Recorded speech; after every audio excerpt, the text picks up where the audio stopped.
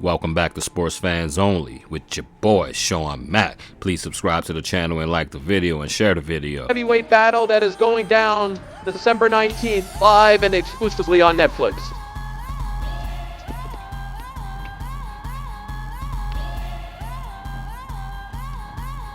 On deck, we have the Jake Paul-Anthony Joshua fight coming up. They just had their first face-off, and I tell you, I'm going to say it right here. Anthony Joshua is going to do to him what he did to Ngannou. He's going to knock him out within like the first 3 rounds. If not, people are going to say there's something fishy going on.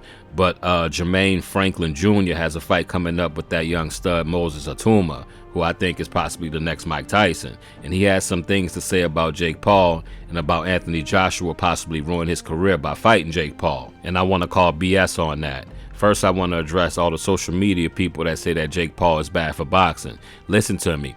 Anything that bring eyes or new eyes to a sport is always good for that sport. That's just plain and simple. It brings eyes, which means it brings money, which means it brings some type of popularity to a dying sport. And I don't think that boxing is dying.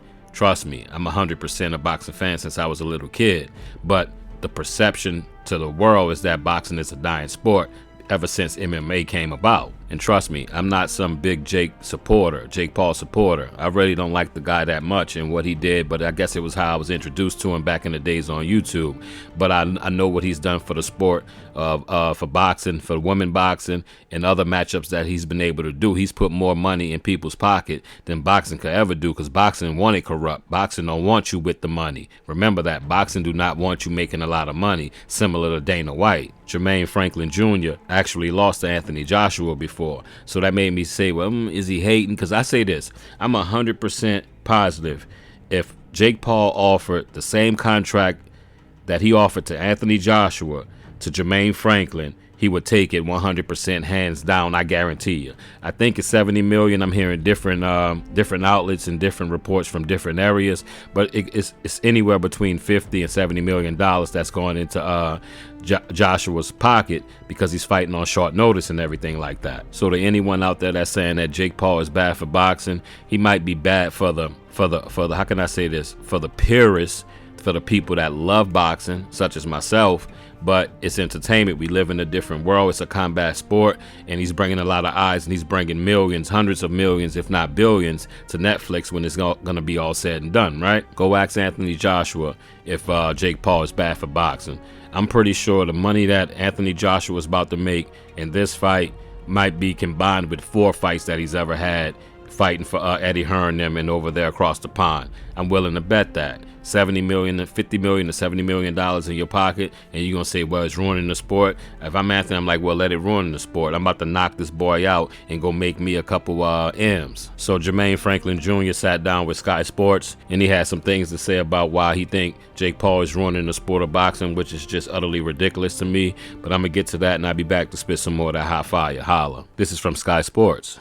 Jermaine Franklin warned former opponent Anthony Joshua that boxing Jake Paul could harm his reputation and said Paul is, quote, coming into the sport and making a mockery of it, end quote. Making a complete mockery of it, he said.